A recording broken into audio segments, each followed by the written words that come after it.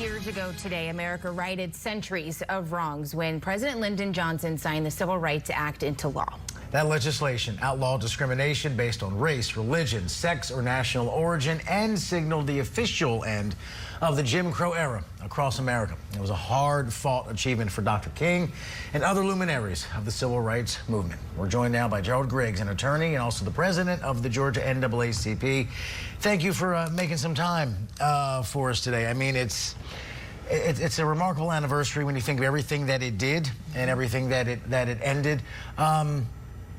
What does it mean to you personally when you think about this law and the country as a whole then and now? Where's your mind as we say the 60th anniversary of this bill? Well, it means a lot. You know, my parents were in high school and college when this bill was passed, and so it means a lot as an African-American born in 1978, but it also signals how far we still have to go. Many of the wrongs were righted, but there's a feeling in the country that we're shifting backwards. And so we need to take time to reflect on the work of Dr. King and Ambassador Young and so many others, but also refocus ourselves on where we have to go, because we have not gotten to the promised land. We're at the mountaintop, we're looking over, but we have to go down into the promised land. And so I think that's what we reflect on as we celebrate the anniversary of the Civil Rights Act. Speaking of how far we still have to go, voting rights is still an issue that people are fighting for. States are reverting back to laws from the 1800s. Books about Black history have been banned, and the Supreme Court has rolled back women's rights.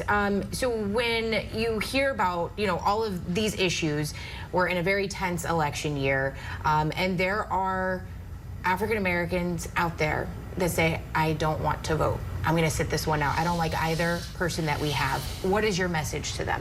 My message is that we have fought so hard to get to where we are. We cannot take a sideline position that we're going to sit it out. You know, history is won and rights are won every generation. And so we have to participate in our generation. The lions of the past have gone on to rest, and it's time for the new lions to come and to make sure that we defend what we have and increase it. So when you talk about the erasure of Black history, when you talk about the defeat of women's rights, when we talk about the attacks on our right to vote, these are reasons to go to the ballot box and cast a vote to make sure that candidates understand that we are still here. We will not go back to either 1850 or 1950. We're going to press forward like it's 2024. And listen, we're having this conversation in Georgia, and how many monuments, rightfully so, there are to Dr. King in this town. And politically right now, Georgia's in the center of a lot.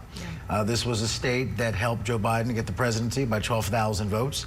This was a state that withstood pressure from his opponent to not count votes or to somehow change the outcome. This is a state that sent a Black man and a Jewish man to the Senate, which was critically important to getting Biden's agenda passed and broke a little bit of history in the process. And it's a state that made Georgia officially purple-ish, with Black folks in Atlanta being the driving force behind that.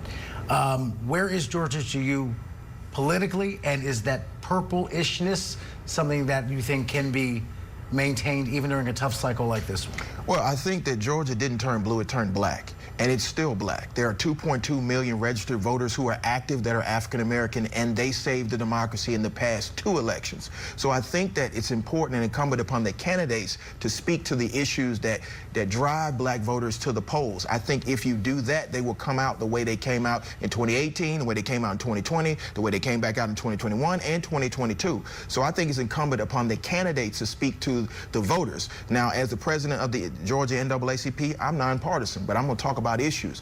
We have to protect our right to vote. We have to make sure women's rights are protected, because my daughter should have the same rights as her mother. I don't want to be the last person in my family born with all my rights because of the Civil Rights Act of 1964. I want to pass that on to my daughter and my son. So I think it's incumbent upon us to do our civic responsibility of not only voting and voting in record numbers in 2024, but holding candidates and people that are elected accountable to growing the democracy and not receding it. Then what's your theory as to why Donald Trump is up a few points here in Georgia, and the main national narrative is that he's gaining support amongst black and brown voters. I understand what the national narrative is, but I believe the polling from the NAACP, and the polling from the NAACP says that that particular candidate, and again, we're nonpartisan, has a 10% approval rating with black people. The current president of the United States has a 65% approval rating with black people. The previous president,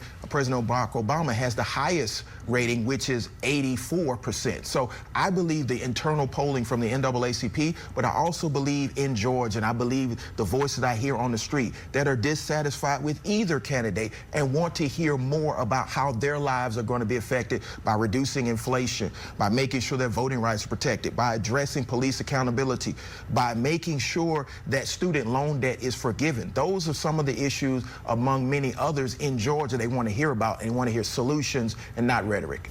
So do you think then, with those numbers that you just gave, that President Biden has done enough to court those voters and to help them understand all that he has done when it comes to student loan forgiveness and inflation and things like that? Or is there still much to be desired with the messaging from Democrats? There's much to be desired for the messaging from everyone. We listened to the debate on Thursday night. It wasn't enough about policy that affected Georgia. They were in Georgia, so they should have spoke to Georgia because they want Georgia to turn out and save the democracy.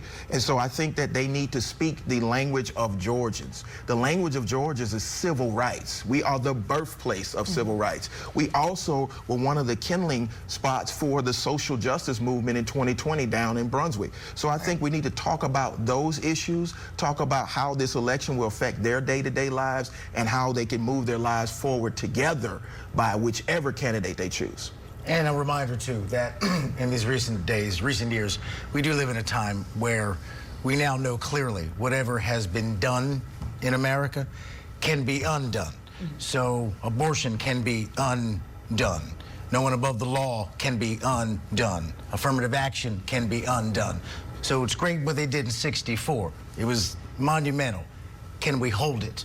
Becomes the question about those new lions you mentioned a second ago. Appreciate your time. Gerald Griggs, attorney and state president at Georgia NAACP. More news after this.